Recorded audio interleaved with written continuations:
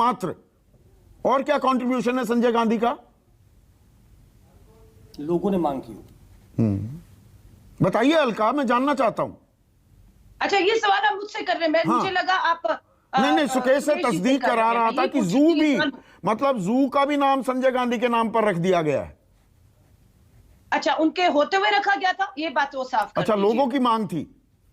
नहीं, मैं आपसे वही कह रही हूँ। संभव है, चुने हुए लोकतांत्रिक तरीकों से सांसद थे, बहुत कम उम्र में, युवा उम्र में वो सांसद होते हुए एक हादसे का शिकार हुए और दुनिया से चले गए। लेकिन उन्होंने 5 सूत्री कार्यक्रमों की आज अगर हम चर्चा देश में करते हैं और आज भी इसकी जरूरत महसूस करते हैं, तो संजय गांधी जी को याद किया जाता है। यूं ही नहीं, उनका आज भी जो उनकी समाधि पर लोग जाते हैं इतने सालों बाद भी, इमरजेंसी सिर्फ एक बात के लिए भी याद किया जाता है। नाम पर एक चिड़ियाघर का नाम रख भी दिया तो भाजपा को मिर्ची क्यों लग रही है? चिड़ियाघर हो, एम्स हो, तो यहां पर राजपथ का नाम कर्तव्य पथ कर दिया, तब आपको मिर्ची लगती है? नहीं, मैं ये कह रही हूँ, ये बनी बनाई चीजों पर अपनी नाम प्लेट लगाकर, और हमने नींव से रखी है। और मैं फिर बता रही हूँ, तानाशाह नया इतिहास नहीं लिखते, तानाशाह इतिहास को मिटाना चाहते हैं, इतिहास को अपने मन मुताबिक बदलना चाहते हैं। ये तो जनता जनार्दन ही तय करेगी। पर एक मिनट सुनिए ना राजीव रंजन, अरे सुनिए ना अलका, राजीव रंजन, ये नाम की राजनीति हो रही है या काम की राजनीति हो रही है? देखिए, आज जब बदले गए नामों की मैं फहरिस्त देख रहा था तो मुझे साबरमती घाट का नाम अटल जी की स्मृति में जो नामकरण किया गया उस पर भी काफी हैरत हुई। हिंदुस्तान की आजादी के संग्राम में जो महात्मा गांधी की भूमिका है, साबरमती आश्रम की जो भूमिका है, साबरमती नदी के किनारे साबरमती आश्रम है। भले ही नरेंद्र मोदी जी के कार्यकाल में उस घाट का कायाकल्प हुआ, लेकिन अगर उसका नाम साबरमती घाट ही रहने दिया गया होता या महात्मा गांधी घाट किया गया हो, तो शायद इससे बड़ी कोई श्रद्धांजलि महात्मा गांधी के लिए नहीं हो सकती थी कि महात्मा को, उन्हें बापू कहने का काम साबरमती आश्रम के जो रहने वाले जो वहां पर लोग थे, उन्होंने ही उन्हें सबसे पहली बार उन्हें बापू कहा। अब एक बात है, ये जो हम श्रद्धांजलि देते हैं, सच्ची श्रद्धांजलि की आपने भी गवाही दी, दुहाई दी।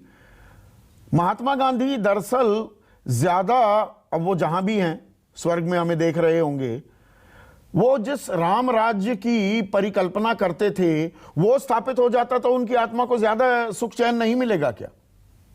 देखिए, निसंदेह इसमें कहीं दो राय नहीं है। इतिहास के कई ऐसे पन्ने हैं, अगर उनको आप फिर से उधेड़ेंगे तो कई तथ्य आ जाएंगे।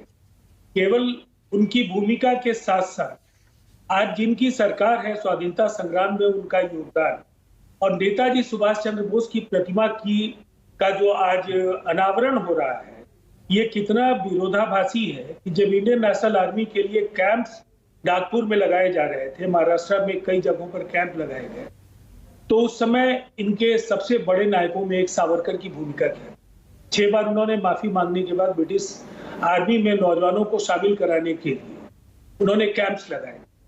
देखिए, ये ऐतिहासिक तथ्यों को जब भी आप उधेड़ेंगे तो मुझे लगता है भारतीय जनता पार्टी के लिए बहुत ही ये नहीं, उनके लिए असहज हो भी।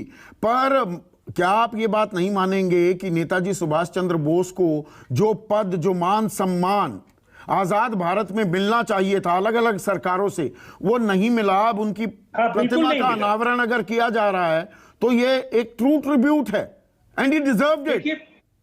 प्रतिमाएं तो पहले भी उनकी कई बनी है। मैं खुद एक पटना के सुभाष पार्क को स्थापित करने के समिति का मैं अध्यक्ष रहा, और वो बना बाजाप्ता। उस समय के तत्कालीन मुख्यमंत्री ने उसका शिलान्यास किया और वो काफी खूबसूरत पार्क बना, वहां उनकी प्रतिमा लगी, देश के अनेक स्थानों पर लगी। लेकिन ये नाम की जो सियासत है ना, दरअसल कर्तव्य पथ, ये नामकरण, मुझे ऐसा लगता है कि कहीं ना कहीं आपको ये स्पष्ट करना होगा कि आपका जो कर्तव्य बोध है, क्या वो केवल देश के औद्योगिक घरानों के लिए, चुने हुए मित्र घरानों के लिए है, या 130 करोड़ लोगों के लिए है? उनकी जिंदगी बदलने के लिए ये कर्तव्य पथ अगर आपको प्रेरित कर सके और आप दो टूक कहें कि अब तक जो हुआ सो हुआ, अब मैं 2 मुट्ठी अनाज से भरपेट अनाज की ओर आपको लाऊंगा, आपके सर पर छत होगा, आपका जीवन बदलेगा, आपकी न्यूनतम आय जो है वो बेहतर होगी।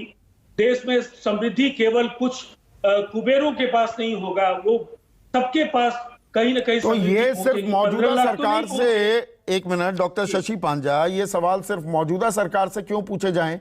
ये 75 साल से जो देश आजाद हुआ है, तमाम जो सरकारें रही हैं, और मैं राज्य सरकारों को भी इसमें शामिल करूंगा, ये सवाल तो सबके लिए है कि राजपथ पर रहने वाले हमारे राजा आप लोग, क्या कर्तव्य निभाया है आपने ईमानदारी से? क्या आप ये कह पाएंगी कि हां हमने अपना कर्तव्य निभाया है जो जनता जनार्दन ने आपको सौंपा? नमस्कार सभी को। सही सवाल है, और कभी कभी लगता है कि ये सवाल का जवाब तो जनता जनार्दन ही देती है। आपने कर्तव्य किया कि नहीं? कर्तव्य किसके लिए करना है? जनता जनार्दन के लिए, जिसके लिए हम लोग चुने जाते हैं। तो मान लीजिए ये सर्टिफिकेट भी जो है जनता जनार्दन ही देती है, और ये सर्टिफिकेट वो कैसे देती है? गणतंत्र के द्वारा, जो परीक्षा है अर्थात इलेक्शन द्वारा। ये मेरा मानना है। लेकिन संदीप जी, ये भी एक बहुत ही अजीब सी चीज है कि क्या इतने दिन कोई काम नहीं हो रहा था? अर्थात कोई भी राजनीतिक दल हो और कोई भी राजनीतिक दल से निर्वाचित सांसद हो, किसी भी राजनीतिक दल का कोई भी सांसद काम नहीं कर रहा था क्या? आज ये सर्टिफिकेट देने वाला कौन है? भाजपा देगी, केंद्र सरकार देगी। तो मेरा तो इतना ही सबमिशन है कि कर्तव्य आप कर रहे हैं। देखिए, हम लोग तो सवाल करेंगे ही। आज भारतवर्ष में कितनी समस्याएं हैं, वो कर्तव्य हुआ। पेट्रोल डीजल गैस के दाम कम हुए। आजादी के 75 साल है, आजादी का अमृत महोत्सव है। लेकिन इस साल भी बजट के दौरान आपको कहा गया ये अमृतकाल का बजट है, 25 साल और वेट कीजिए, 100 साल जब होंगे। ये किस तरीका का नजरिया है? आपको बेरोजगारी सबसे ज्यादा मिली 45 सालों में, बेरोजगारी सबसे ज्यादा। हाल ही में सीएमआई रिपोर्ट अगस्त में उससे और भी लगा कि इस साल का सबसे ज्यादा अनएम्प्लॉयमेंट रेट भी हम लोग को देखने को मिलता है। तो ये कर्तव्य नहीं है। आप 2 करोड़ नौकरी कहते हैं, वो 10 लाख पे उतर आए। तो कौन सा, तो हम लोग